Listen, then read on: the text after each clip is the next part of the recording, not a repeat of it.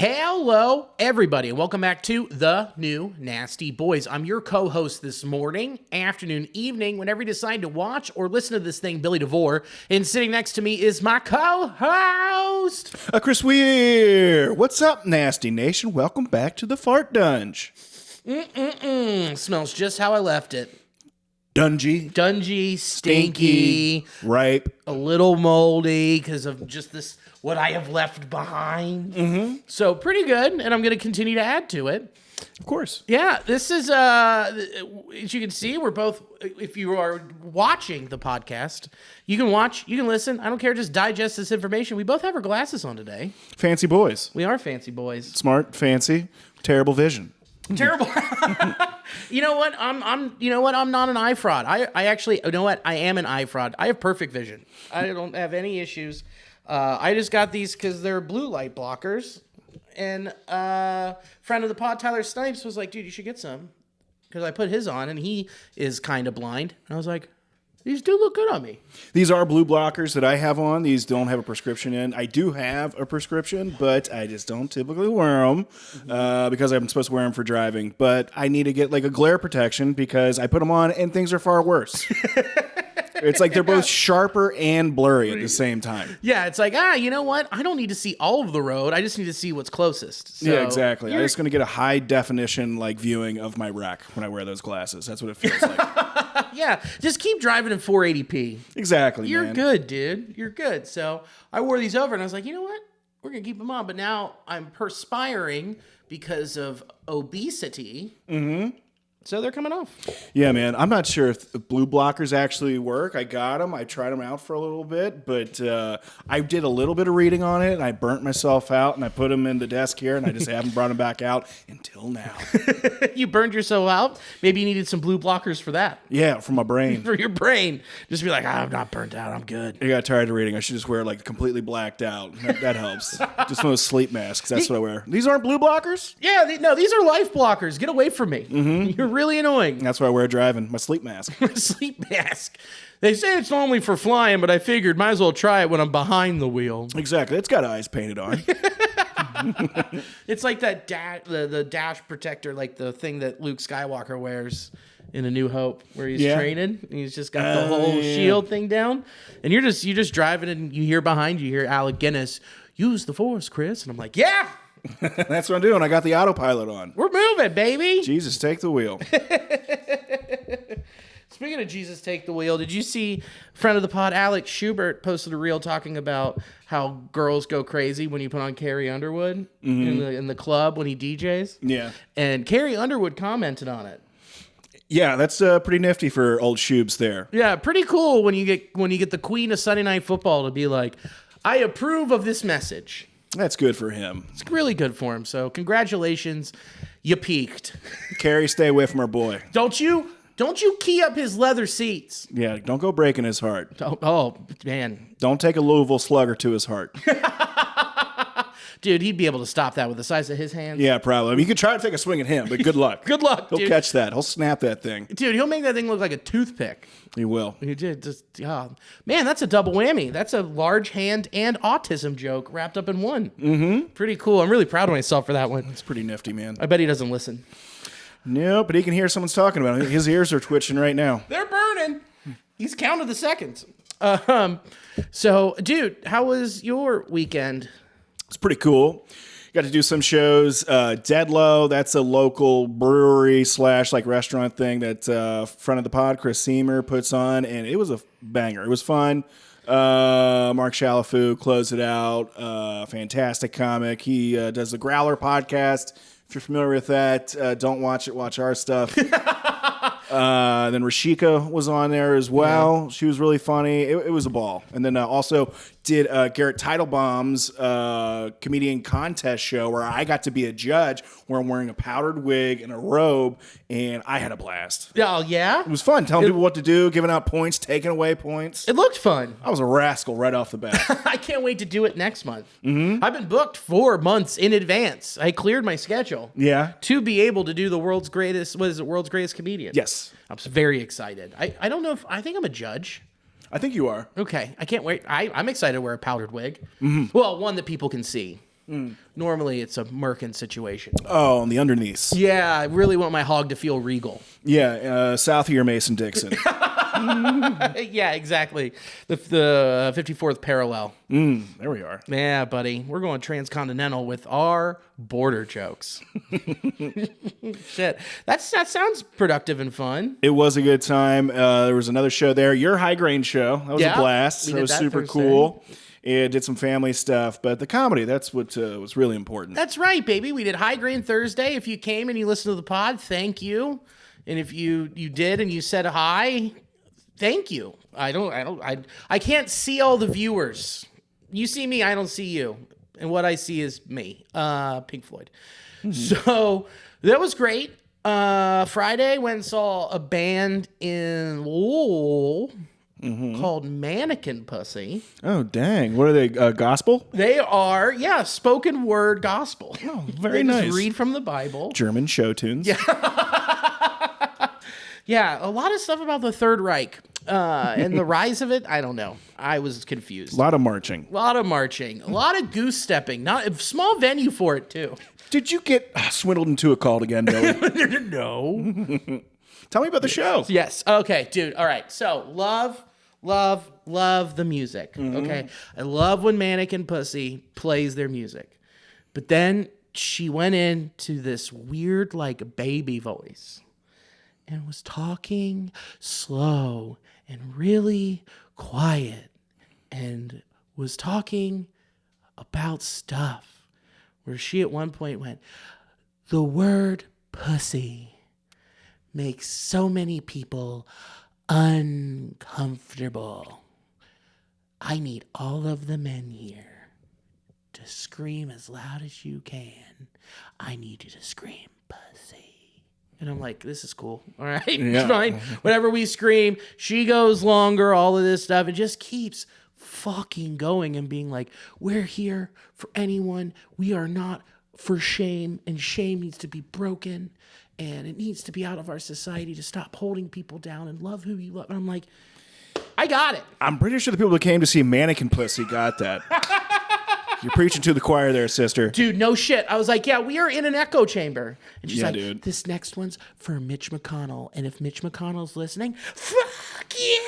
Mitch McConnell's in the back like, what? Come on, dude. I'm trying to hang out here in Louisville at this dive bar to watch Mannequin Pussy. And he's insulting me? I was just here at Zanzibar. And I thought it would be okay to see a Mannequin Pussy not be brought up this evening. But boy, howdy, I was like, yeah, man, you're screaming in the echo chamber. We're all here for the same reason, to see you. You're called Mannequin Pussy. We're comfortable with you being called Mannequin Pussy. Really funny name. We're wearing shirts that say Mannequin Pussy.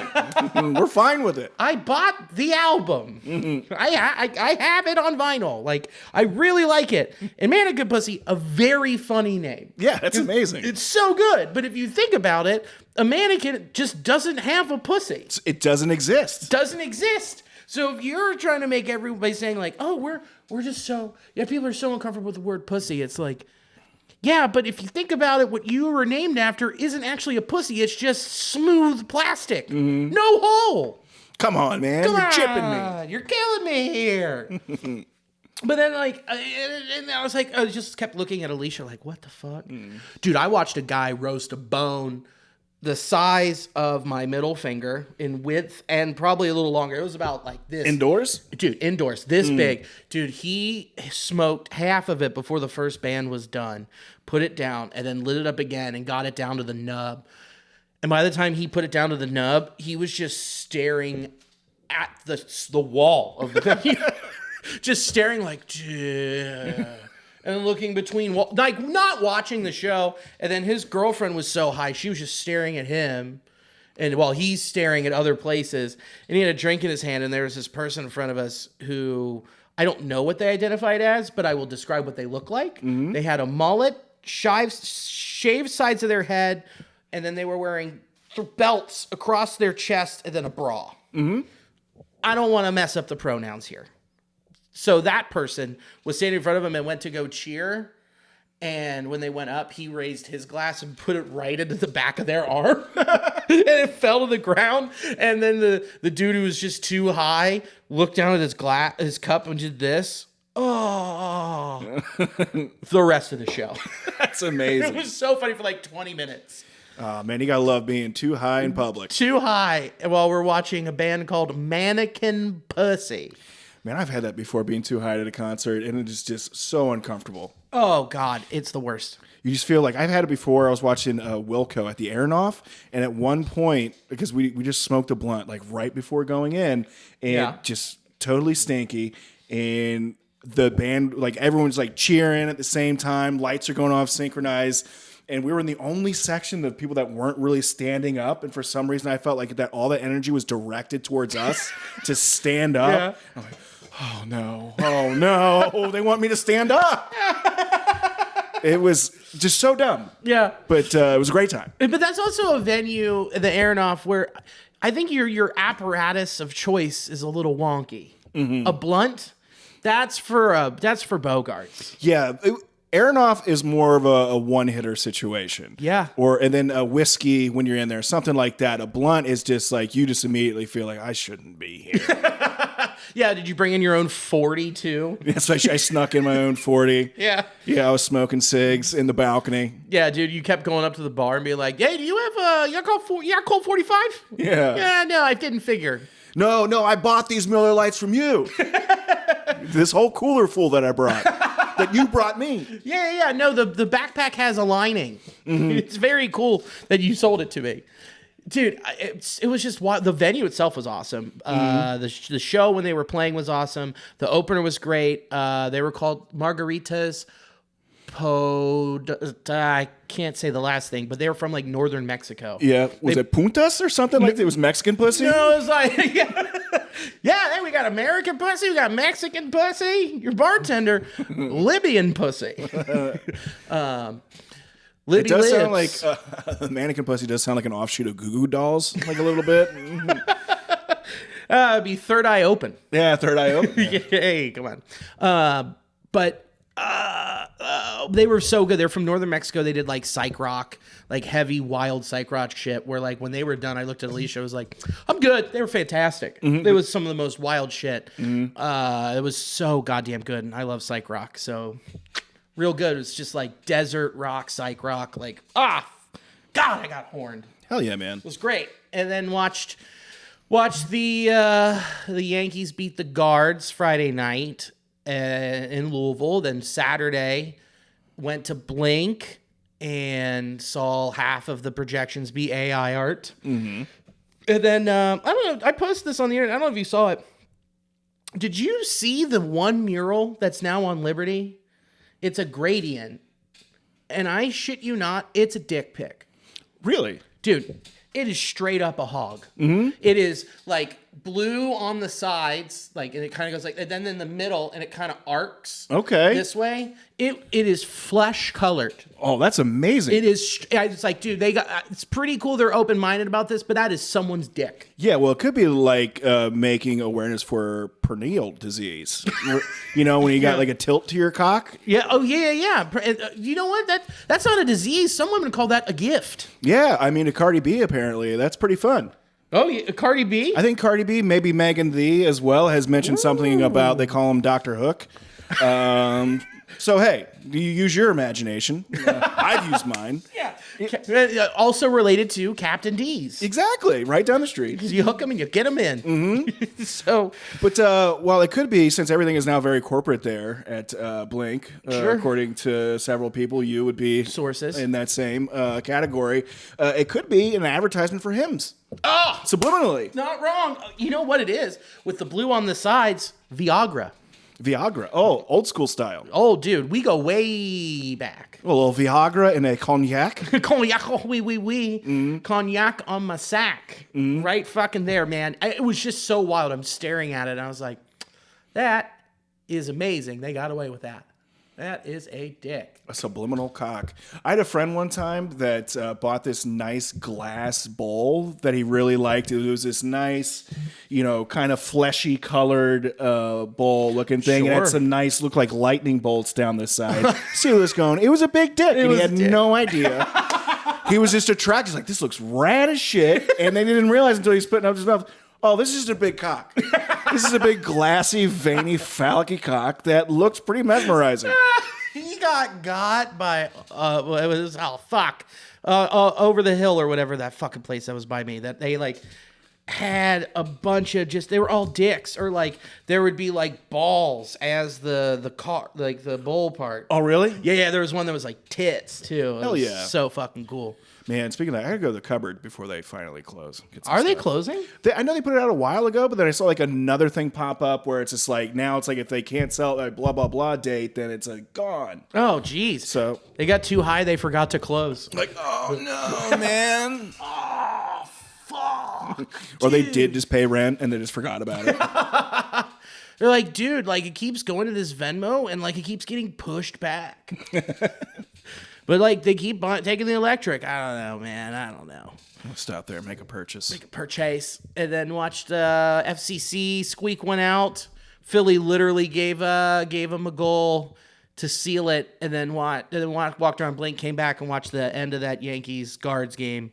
Sunday, I was with you, buddy. Didn't do fucking jack. It was great. Yeah, it was nice. Got to chill. Felt semi-accomplished for the week. Got to watch Bengals actually win a football game, so that was nice. I slept through most of it. You Just didn't like really the miss offense. much. Yeah. I watched the extended highlights, and I was like, man, I'm glad I caught up on some daytime sleep. Mm-hmm. I got a lot of laundry done. So, I got the TV down here and also got all the washer and the dryer. So, I was staying busy folding clothes because there wasn't a lot of stuff to keep my attention. There you go. I mean, the Chargers 49ers game was a defensive battle. Yeah, I didn't really watch any of that. Then I had both screens going for the Mets, Dodgers, and then the Steelers, Jets Sunday night. So right now as we record, there is no baseball.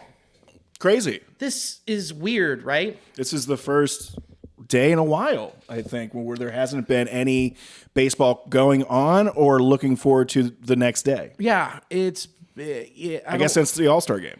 Well, I don't like it. It's strange, but I'll tell you what, I am very much looking forward to the next series that we get to watch. Hey, it's the World Series, and it's against two juggernauts, dude. Dude, I am so stoked for this. Regardless, sidecar your feelings about how you feel for these two organizations being the capitalist pinnacles of what's wrong with capitalism. Yeah, everything that you think of that's wrong with baseball and how there should be a salary cap. There is. It's called luxury tax. Just people are too dumb to understand. Whatever. Put all of that aside. The fact that Shohei and his entire contract is an escrow sitting there. Put away all of your feelings about Aaron Judge and the Yankees as their 20 million rings. Put all that aside.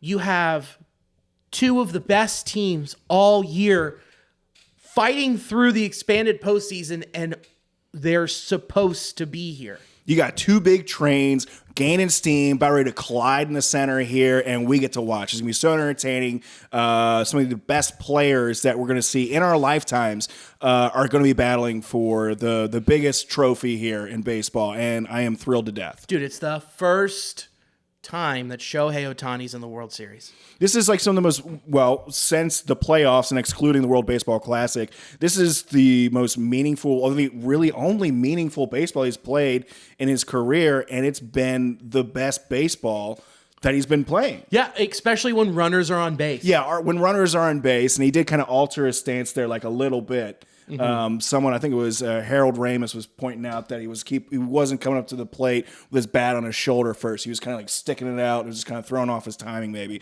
But I'm so stoked to see one of the best players to ever play the game going to be in the World Series going against some of the other best players to ever play the game. I hope Juan Soto wakes up. Or not, sorry. Oh my God. No, not sorry. I hope Aaron Judge's bat really wakes up. Yeah, he's had a couple nice knocks, but he's still got a lot of power left, and hopefully he's got some big at-bats coming up here in this series. Dude, it is amazing watching Giancarlo Stanton flip the switch. Yeah, man, he's really figured it out. The way he's just powerful enough. He just doesn't take a stride. He just stands there, just waits back long enough to recognize the pitch, and just punches it out for 420 feet. Yeah, dude. I looked at some stats. He has a 1.004 OPS in all of the playoffs in his 18 playoff games, dude. Guy is just a slugging machine when he gets to the postseason. And I think the 8 hits that he did have in the postseason against Cleveland were all home runs. Yeah, basically. Something like that. Or they were all extra bases for sure. Yeah, it's something wild like that where the hits he is getting, he is not missing. No. When Hunter Gaddis threw that hanger and he just put it in the lake. It was insane. Just watching, like, he knew, waited back on the slider, and then just destroyed it. He's a bad man. He's a very bad man when it gets to the postseason. So when people are like, oh, Giancarlo Stanton, one of the worst contracts in Yankee history, he's putting up when he's supposed to as a Yankee in the postseason. So I need that conversation to immediately stop and shut up. Yeah, hearing Yankee fans complain throughout the year. Like, they're complaining so much while they were in first place. And I got to tell you, I just cannot stand it. I would love to be complaining in first place. I would love to be sniffing second place and be able to complain. But, yeah, the way everything is, it's the sum of all the people they have in their team. Sure. And having, that guy surrounded by a lot of other all-stars is very helpful. Extremely helpful. I mean, and also generational talents. And that outfield's freaking bananas, except for Verdugo. But you've got Judge in center, and then Soto and right.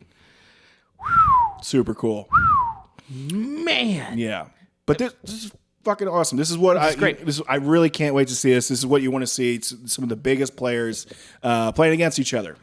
For entertainment value, this is what you want to see. This is it. It'll be beyond disappointing if it's a dud.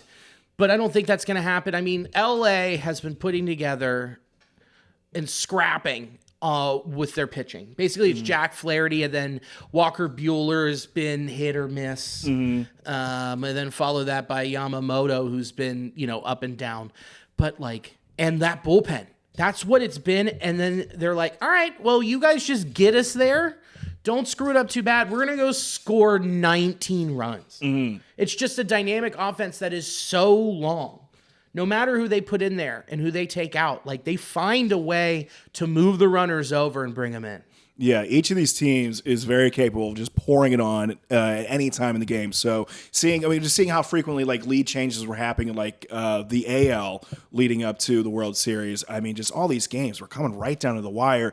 And talking about these two teams in particular, you just can never count any one game a win or a loss for either team. No.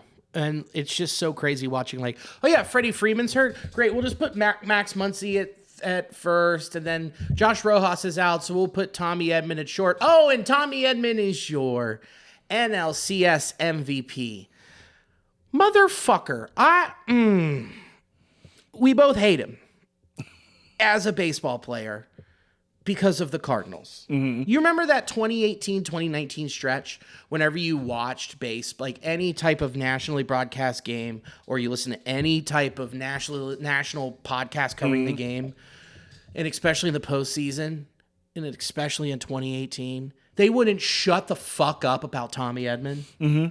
There was one podcast I remember listening to, I forget who was talking about. They said, would you rather have 7 Tommy Edmans playing the field or the NL All-Star team? And they took 7 Tommy Edmans. Jeez, Pete. Yeah. So the hype, and then just the fall, and then knowing how good he is, and then the Dodgers getting him for, we don't know what the return will be for a couple years. And then him going and doing that. The whole time I'm just sitting there watching him going, fucking Tommy Edman. Yeah, it's crazy. It's weird to hate a man I've never met, but I'm willing easy. to do it. Yeah, it's so easy, man.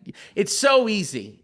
Yeah, just close your eyes and envision a Cardinals uniform. Oh God, it's a horrible type of red. It's not the right type of red.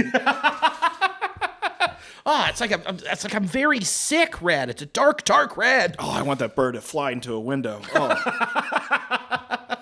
Was he? He had an injury last year. He was out most of last year. Edmund. Yeah, he was out for most of this year with a shoulder injury. Okay, yeah, because I just remember him being on the DL for a while. Yeah. Right. Well, he's certainly found himself in LA, and that's crazy that you're able to, flourish in a place where, I mean, you can easily get drowned out by all the talent there. Or you have so much protection because they're like, who are you going to give it up to? Yeah, that's very true. And your poison. They pretty much, lose your focus on this guy because you're worried about all the other all-stars surrounding him. Yeah, I'm not going to let Max Muncy beat me with one swing. Instead, I'll let Tommy fucking Edmond do it. Ugh. Yeah, he was getting it done. So, and then you look at what the Yankees did to Cleveland, and the Yankees did have the easiest path, one of the easier paths in a long time to get to the World Series. Cleveland did put up a fight. They were close games. They were good. It wasn't like they were completely outmatched. It was just the Yankees continued to be an offensive onslaught, and their clutch hitters were better than their clutch hitters. Yeah. I mean, if you put them side by side, which are Jose Ramirez, David Fry, Joe Kinsey Noel for the guards, and then for the Yankees, it's Aaron Judge, Giancarlo Stanton, and Juan Soto. Which three are you taking? The latter. And you got to say, too, the Guardians' bullpen really gave it up. I mean, Clase was the best reliever in baseball. Yes. Arguably. And, the numbers would probably back that up. But he gave up, his ERA shot up a ginormous amount, giving up back-to-back home runs for the, I don't know if that's happened in his career ever. It has before, but this was a year where, overall he had a sub-1 ERA. Yeah, throughout the entirety of the season, and then it just ballooned up. It just was not as sharp, I guess, or just not finding the right spots. But yeah, the Yankees found him out. Or the fact that they burned him out. True. Hey, can you get us 6 outs? We need you to get us 8 outs. And it's like, eventually, as a closer, I know what time of year it is, but man, that's a huge ask. Yeah, and if you're just like a little gassed, if you're a little gassed, throughout the entirety of a week, and you're just losing a bit of that steam there on your fastball or something, just a little bit trails, just a little bit too much, or floats in the plate just a little too long. That's all it takes for these big boys to hit it out. Yeah, exactly. And for someone who has that much velocity, and if he leaves it up a little bit, that thing is floating and going bye-bye. Yeah, and they weren't pulling, his pitches. The two that they hit, I believe, right field. So.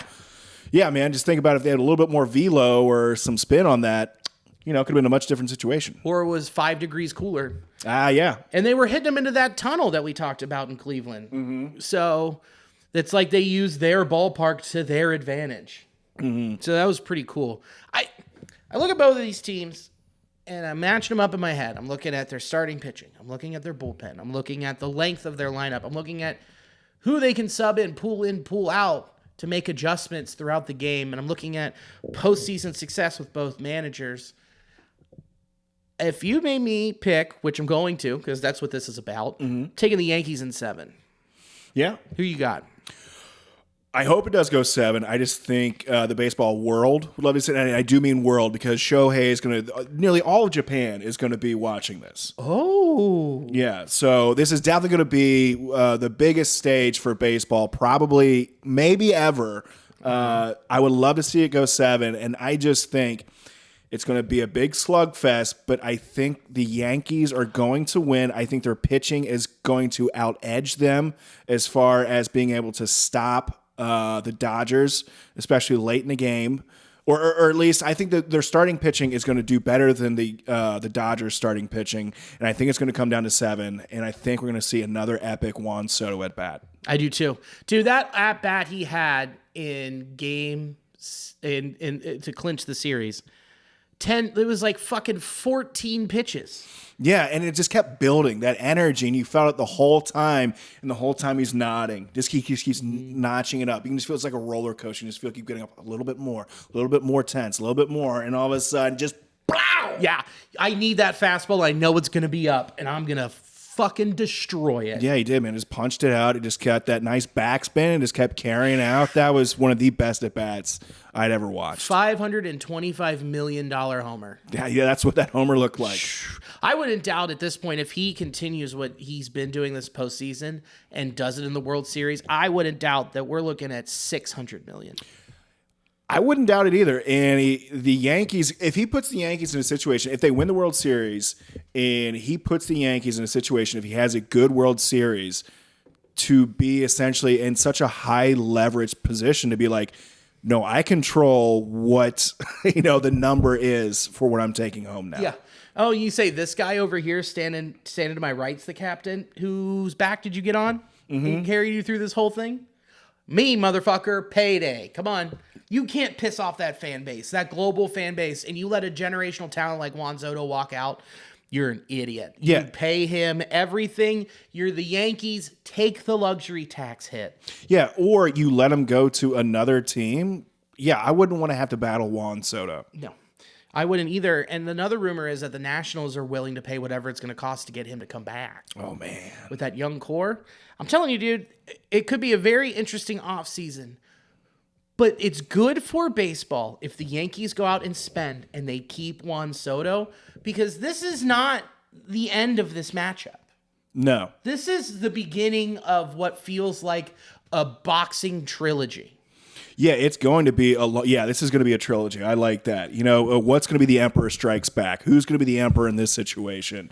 It's going to be a lot of growth with this core, both, with the Yankees, and not necessarily the Dodgers. They're going to purchase, again, like all these people. But seeing how the Yankees are congealing and just seeing, like, especially Juan Soto being 24, 25. 25, I think. We can look this up. But and just seeing like his ceiling seems so big, and getting to watch him on the biggest stage, it was so fun. Dude, Juan Soto, Jesus Christ, he's 25 and 362 days. In 3 days, he'll be 26. So you lock him up to a 13-year deal, you're looking at his age 39 season when he's done, which realistically he could probably play into his early 40s. Man, I mean, as a DH with that swing? Yeah. Mm-hmm. And the way that, like, his career on base percentage, this is silly, 421. So wild. I mean, nothing just phases him. So I love getting to see this player play on the biggest stage. Good God. Just looking at his numbers, it's so silly. It's insane. Yeah. I mean, I get the people getting upset that it's the Yankees and the Dodgers. And believe me, at the start of the year, I would be saying that too. But the fact that this is the way things started to kind of formulate, and it's like, we're seeing these two big tornadoes on opposite sides. Yeah. And you're like, what if these things met, huh? How would that look? And it's like, it's happening. So let's watch this, regardless of how icky it might feel to you, and just really enjoy some of the best athletes in the world playing this sport. Yeah, I 100% agree with you. And what makes it even better, look, I'm glad it's the Yankees because it's not the Astros. Yes. Okay? We are burnt out on that timeline. We are burnt out on that storyline too, man. Like, got it. Good. They had their run. They changed the game for better or worse. But Houston, thank God it's not them. And the Yankees finally got that monkey off their back. True. I heard somebody say, like, oh, God, it's the Yankees again. I was like, really? When was the last time the Yankees were in the World Series? They were like, oh, I don't know. I said 2009.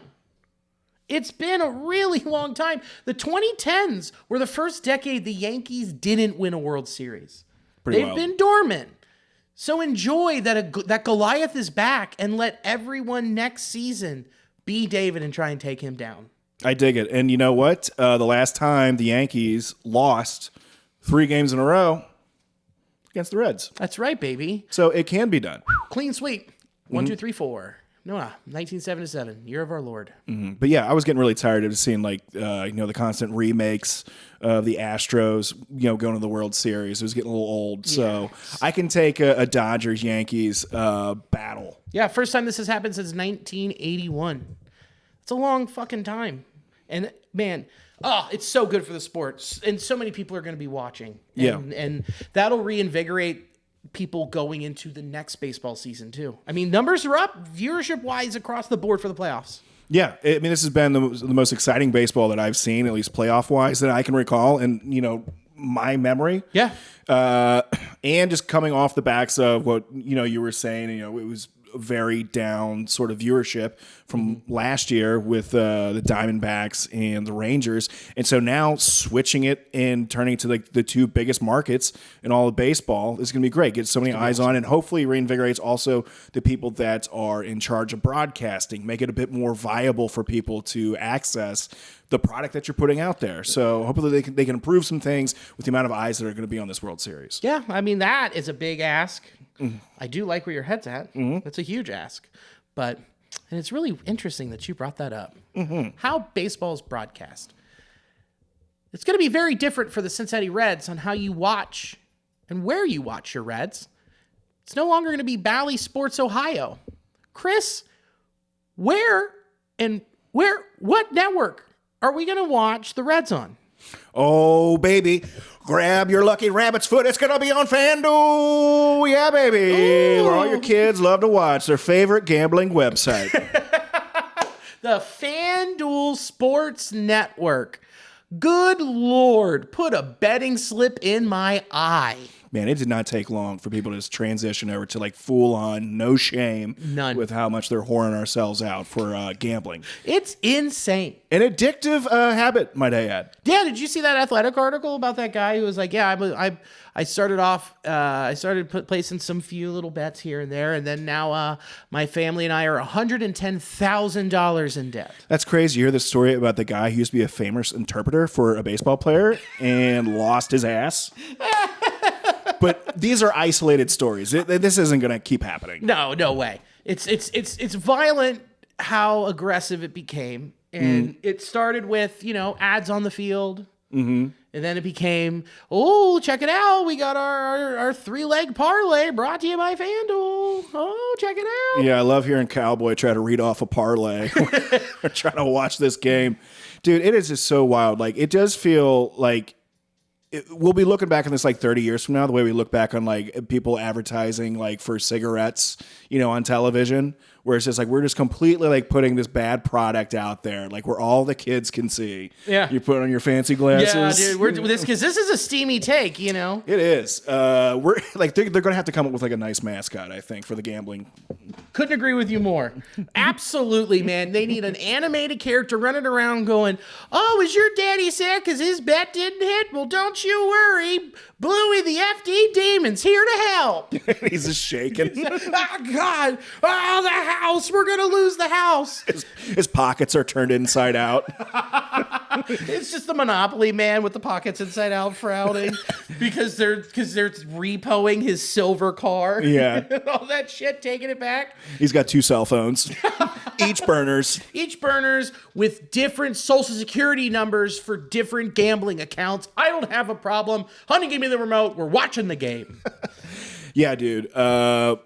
I don't think this is going to make the sport any better. Just completely investing into what is, somebody's serious problem. Dude, oh my God, what is it? What would we say? We were texting, Gambling Grimace. Dude. Oh, yeah. They're going to take Grimace, turn him blue, and they're just going to have just plus minus signs all over him. Be like, come on, kids, let me show you how to log in. Oh, they're going to do, instead of like find the cone, it's going to be like chase the bitch, when they do on like the big screen, like find the ace, kid, find the ace, kid. Oh, no, you didn't get it. Okay, you got to lose your seats. You lose your seats. Lose your seats.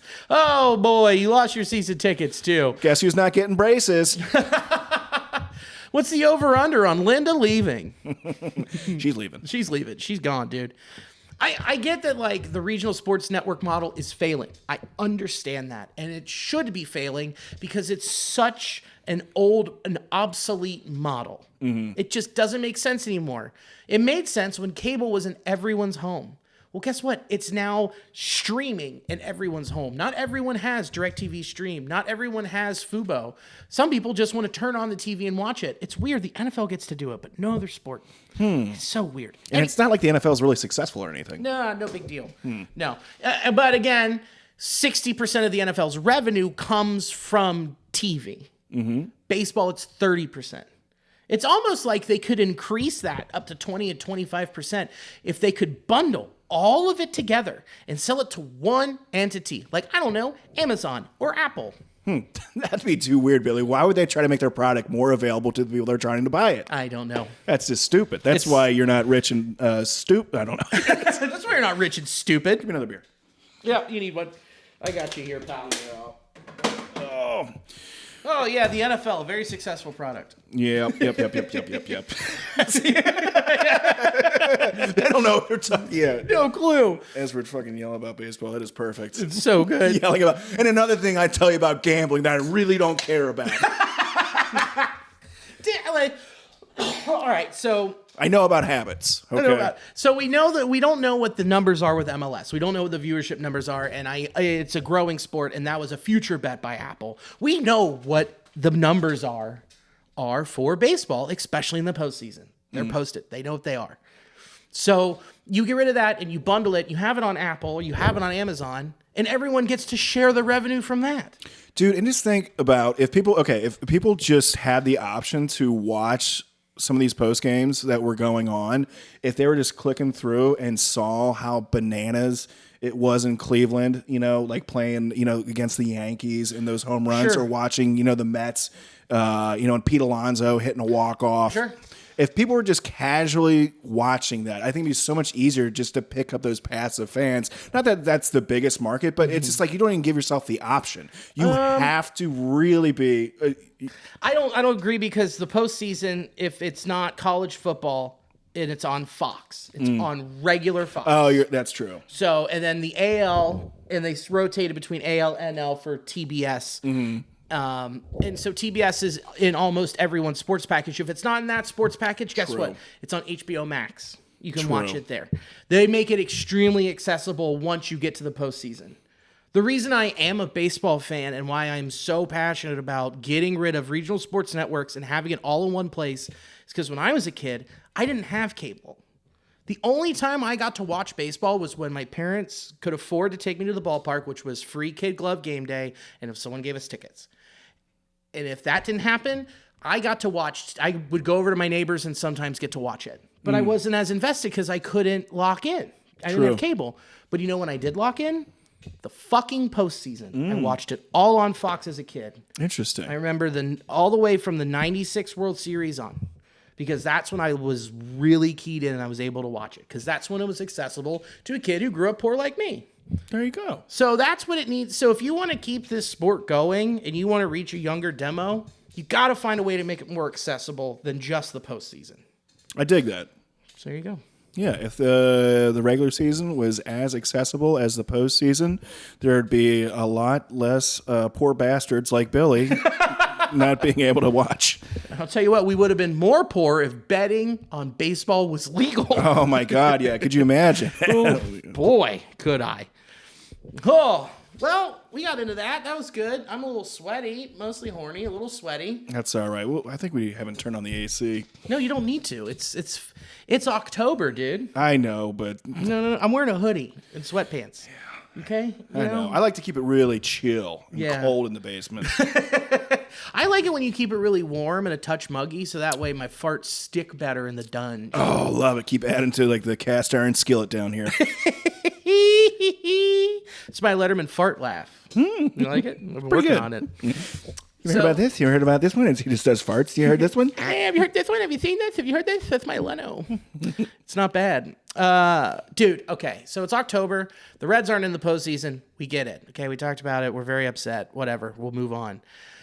But one thing I did say is another area the Reds need to target in this offseason, going into the 2025 season. Last week, we covered big swinging boys.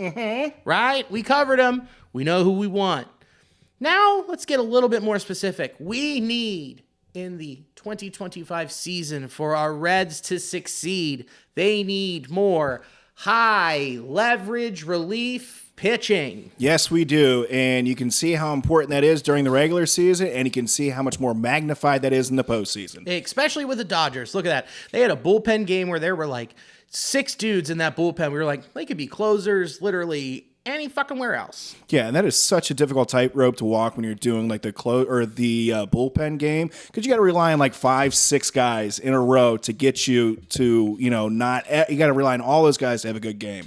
Yeah. So it's very difficult, and we really do need additional pitching in the bullpen, because when you think about starters, it feels like those positions are pretty locked up. We got them, and then there's some depth. Mm-hmm. So I wouldn't mind them signing another veteran pitcher. Maybe that's something we talk about next week. Mm-hmm. Okay, that's spoiler alert. We are going to talk about a starting veteran pitcher next week.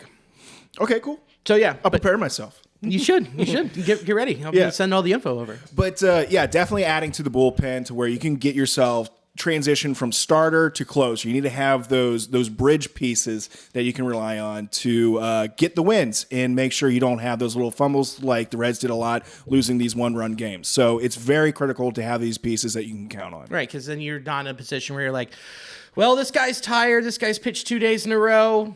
We've pitched Fernando Cruz 4 days in a row, and he's completely lost his splitter. Well, time to throw out KZ Ligma nuts, and then the game is over. Yeah, you can't just punt or just say, like, we'll see what happens with this guy. You got to have those defined roles, or at least those guys that they got ice in their veins, and go in there, throw strikes, get the job done, pass it off to the next guy. And they have one nasty setup pitch and a nasty out pitch. That's the minimum. I got a list. I got about 5 guys here. Are they going to sign all of them? No. Do they need to sign all of them? No. Do they need to sign at least 3 of them? Yes. I say the minimum is 3. Okay. Some of these are pretty sure things. You know what they are. You know what they've been through their career, and they've been dudes. Some of these guys are lottery tickets. I get it. But you got to take a little bit of a risk. Just like that, trying to hold that cough in. Mm-hmm. And guess what? It didn't pay off. Now my throat hurts. So... okay. But that was a risk I was willing to take. Yeah, it's not our money. Mm-mm. So, here are the 5 dudes the Reds need to target this offseason, high leverage relievers. Here we go. Number 1 on my list, Aroldis Chapman. Interesting. Wouldn't that be fun? It's not like his name's been thrown around here a bunch. Mm-hmm. Number 2, Blake Triton. It's almost like I brought him up in the end of the 2019 season, going into the 2020 season, saying, this guy could be a cornerstone in your bullpen. And guess what he's been? A cornerstone for the Dodgers bullpen, except for 1 year when he hurt his shoulder. Number 3, Kirby Yates.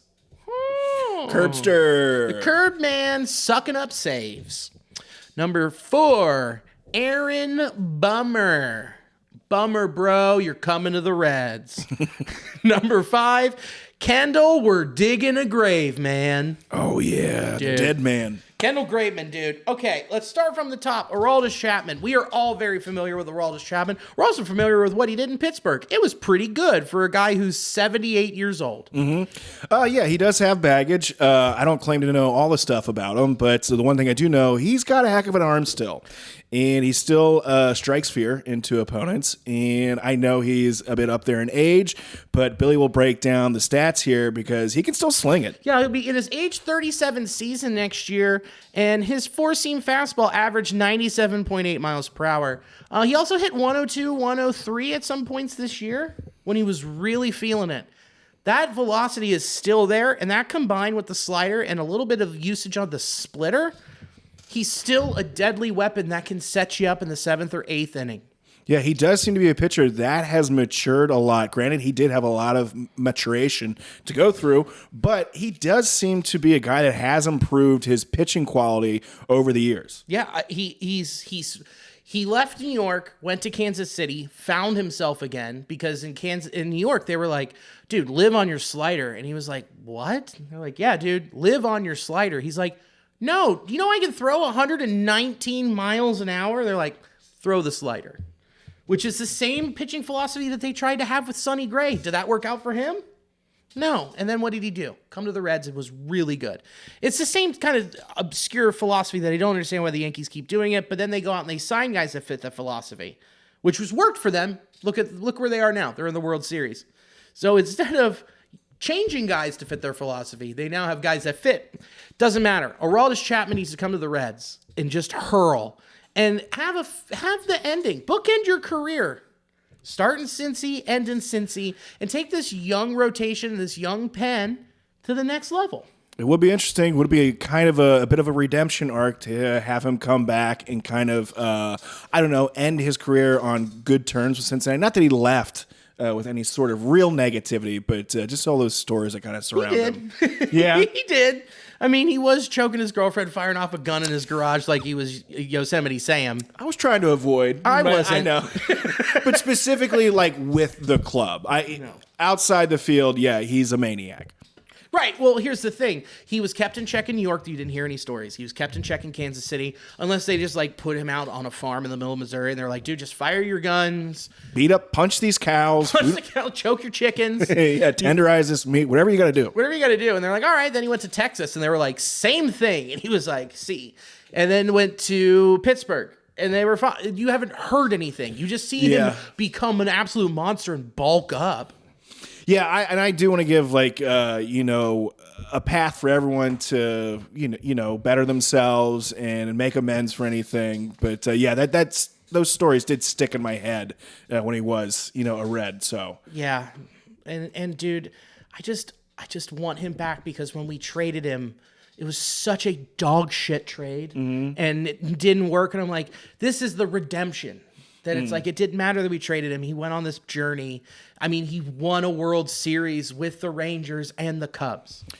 Yeah, I'm not going to lie. How cool. Having that arm be a setup to Alexis Diaz would be top tier. Yeah. You're talking about watching the Mets on Sunday and that they had to put Edwin Diaz out there in the fourth. Because they're like, this is the highest leverage situation. And that was their best arm. And then they burned him for the rest of the game. Mm-hmm.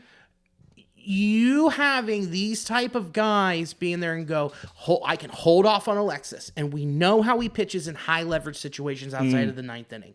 Maybe that's something that's a maturity thing. That's something that he gets more used to the more he does it, as much as I don't want him to. But being able to be like, Araldis, you're going in there. This is the highest leverage situation right now. We're going to deploy you, and we're going to trust that you'll get him out and have Alexis to shut it down. I like that. And it also extinguishes the idea that, hey, maybe I'll try to get 5 or 6 outs out of Alexis. Like, no. We got the guy to set him up. Yeah. So that's fine. And then we can extend those guys for next days to win the series and then go, all right, now it's game 3 of the series. We can use the other guys that we signed or the young guys that are here to help flesh out the rest of the pen. Yeah, man. Oh, just thinking about the possibilities. If he was on the team right now, I just feel so much better. Right? Here's another name that'll make you feel better. Blake Triton. I know you aren't as familiar with him as I am. This is someone I wanted the Reds to sign to the 2020 season. He was coming off of a killer year in 2019 with Oakland. And then the Dodgers swooped him up because that's what the Dodgers do. Was hurt last year with a shoulder issue, I believe. I don't think it was full TJ. It was something with his shoulder. He's going into his age 37 season, but I'm not too worried about that because of the sweeper is so nasty, and it's about dotting his fastball and going away with his sinker too. I mean, it's about spin and not overall velocity, and this is a dude that has that, and I think next year he will continue that. Oh, yeah, if he can do that, if he can manage to find the zone, throw strikes, and be able to, dot his pitches, I think that's the thing that brings me the most confidence is seeing like pitchers that can go in there, know a philosophy on pitching, can execute their pitches, as well as be able to throw strikes. We saw a lot this past season with the Reds, we would get in trouble by walking a lot of guys and getting behind in counts. We had so many issues with getting batters ahead in the counts, and then we have to throw them strikes. We have to rely on the fastballs and then just tee off on them. So having a guy that can throw strikes, I'm so stoked about. Yeah, I mean, this year he had 56 strikeouts to 11 walks in 50 games. That's a nice sub-1 whip, obviously. He solves a lot of problems. And again, when you're talking about pitches for strikes, he's got 4 different ones. And his sweeper's gross. And it's mostly a sweeper sinker combo of 39%, 34%. But he'll throw a cutter in there at 16, and then he'll work the top of the zone with a fastball at 11%. Where he goes, this is an out pitch that I can use regularly once you've seen the rest of my repertoire. Mm-hmm. Which, when you're trying to get 3 outs, that's really nice to have. Yeah, man, just keep the hitter off balanced and just, throw strikes. I think he had a bruised lung and cracked rib or something. Oh, my gosh. Yeah, I don't know. Huh. How about that, huh? How about that? He's coming from the Dodgers. That's a winning organization. They're in the World Series. How about having that with those young guys over there, huh? Seriously, dude. Imagine they win it, and the Reds sign him. He walks in with a big diamond ring going just like, I can show you how to do this. Yeah, and you got Terry over there. I can show you too. And fucking Aroldis over there. Yeah, let me show you how. Let me show you how. And then it's just, here's how we do it, boys. Let's go win. Yeah, show them it's not impossible. Because, what the Reds are saying, there seems like to be a culture of mediocrity here. So just showing that, no, there's a larger perspective out there where you can get, deeper into, the postseason. Yeah. We're bringing in guys who have been there, not guys who are used to the same old bullshit. Yeah, this is not where the season ends. This is where the second season begins, and you're in the playoffs. Yes.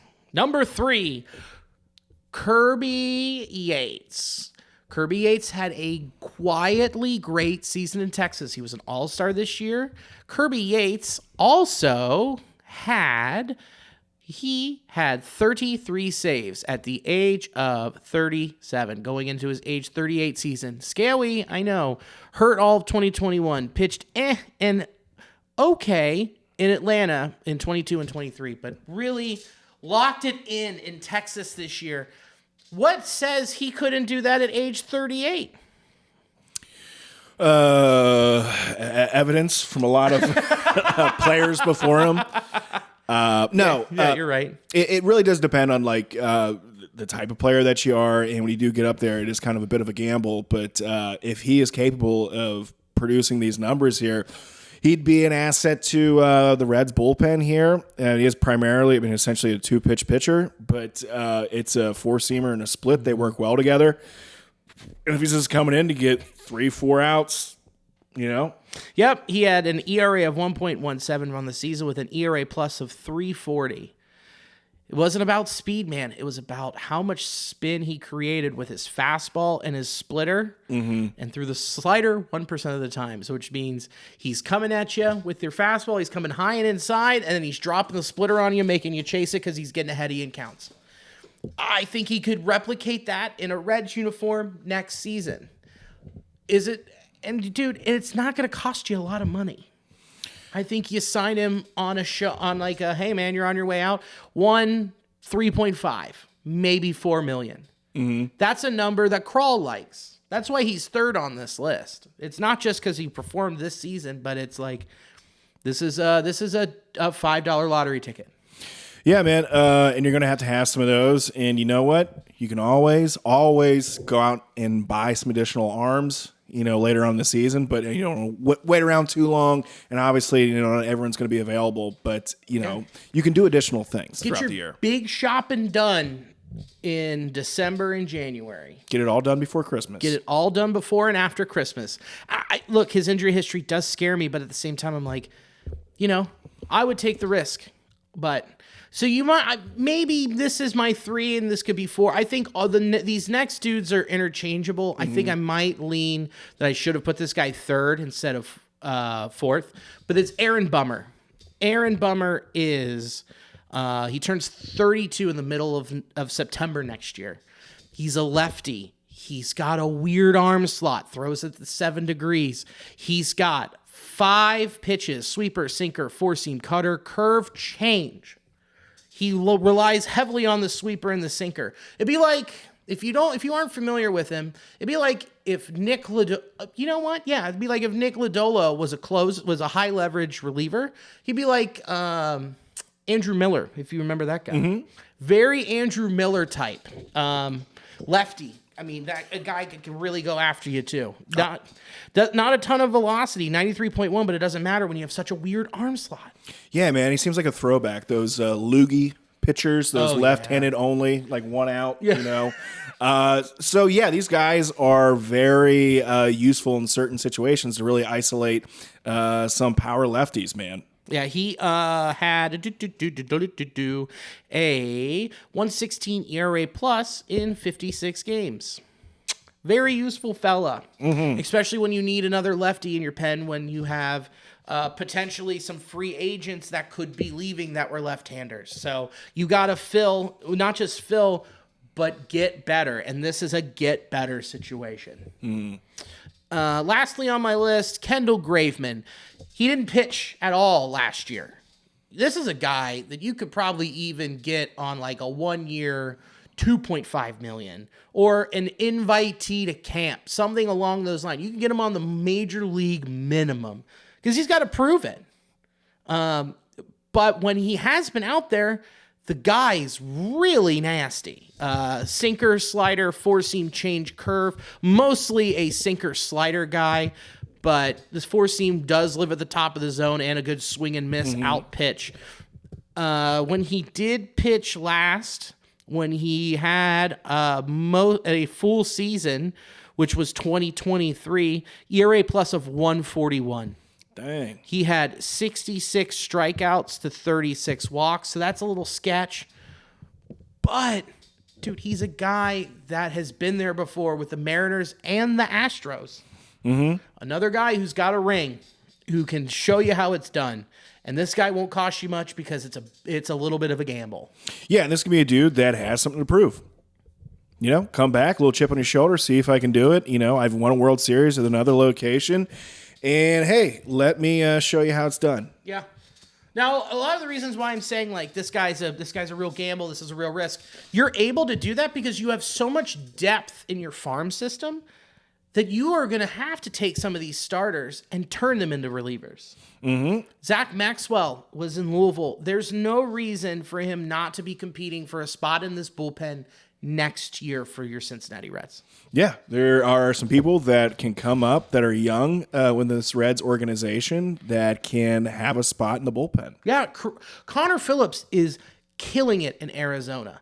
Look, he can compete all he wants for a rotation spot, and if he gets it, what a comeback story. But if not, he has the stuff to be a really good reliever.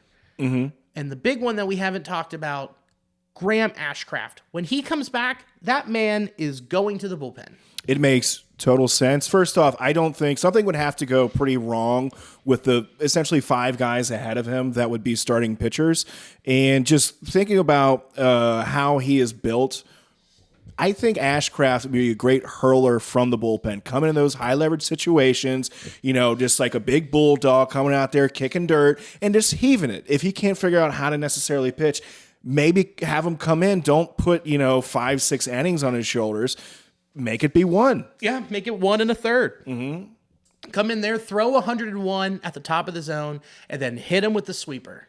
Yeah, try and figure out your stuff, and we'll put it in a much lower leverage situation, being in the pen as opposed to being a starter. Yeah, because bro, we've got 1 through 4 pretty much locked in. Yes, with some depth. And if you want a spot on the team, I think it's definitely going to be in the pen as opposed to starting. Yeah, and why don't you come in and be nasty? It's not a demotion. Matter of fact, you're going to be guaranteed to pitch.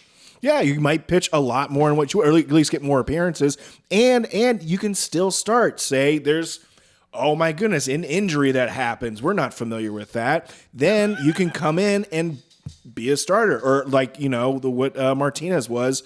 Middle of last year and beginning of last year, where he would be a long relief guy. Yeah, yes, absolutely. There's a lot of roles that they can fill internally, but they gotta spend and get these high leverage dudes.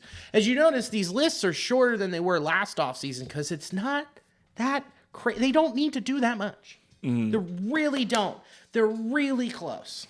Yeah, the very few things that they could do. There's a few things that they could do that aren't difficult and wouldn't break the bank for them to really greatly improve one aspect of their game. Yup. Listen to us. Listen. Watch us. Round third and head for home. Buddy. Pal, what do you got this week? Let's see. Shooting from the hip here. I know I'm going to be at the Comet November 30th. Okay. I'm going to be featuring there. I know Cy Amundsen's going to be there. Dude from Colorado is going to be there. On the 2nd of November, I will be at Commonwealth Sanctuary featuring there. And I know I got some other dates coming up, but they escape my mind right now. Billy, what you got? Listen to me. Friday, 7 p.m., my album releases on Spotify and Apple Music, and it premieres on YouTube. It's called Billy DeVore, Winded. Check it out. It's pretty okay. Saturday, I will be at the... what is it called now? Son of a bitch. It's not Blink. We just did It's not that. Kaye. It used to be called Hilltop. I'm going to be at the Hilltop on Saturday. I'm getting roasted at 7 p.m. Are you on? You're not on that? I'm not on that. No. Okay. Wait, what date is it? Saturday. This Saturday? 7. Yeah. I thought I had something. You probably do. I don't blame you. I don't know. You probably do have something better to do, and I don't blame you. Well, do you know who's on the show? Yeah, Who's roasting you? Yeah. Alex Schubert, John Holmes, Spencer DeMulkey, Spencer Eddingfield. There's like 10 people roasting me, dude. Dang. Yeah, I didn't know that 10 people had not nice things to say about me. There was a lot more people that wanted to sign up. It's like, dude, we cannot do this. You all can't do 50 minutes. We all can't. We can't let Alicia do it either. We're not bringing a wife in. Oh, man. She have a lot of ammo, I'm sure. Yeah. Well, so yeah, Friday album, Saturday roast. So come do that. Thank you to Sports Drink for hosting the audio of this podcast. We appreciate it. They're a coffee shop in New Orleans. Check them out. Thank you to intheclutch.com. Dude, it's time, baby. We have some sick stuff that is about baseball in the last group of games that happen at the end of the year. Dude, that what a workaround. Check those out. Promo code Nasty Boys, all caps. Get on one side, get on the other side. Maybe get on the side of just a cool matchup shirt. You can do that. Promo code Nasty Boys, all caps, 10% off. We're working with Cincy Strap Co. They make really cool straps for your watches. We don't have a promo code yet, but we're working on something with them. It's going to be very, very cool for watch dorks like me. And thanks for having me in the Fart Dunge, dude. Anytime, brother. Appreciate it. Yeah, glad to have you down here. Glad to have y'all down here. This is so great. And thank you for watching and or listening. And as always, go Red Legs. Go Red Legs.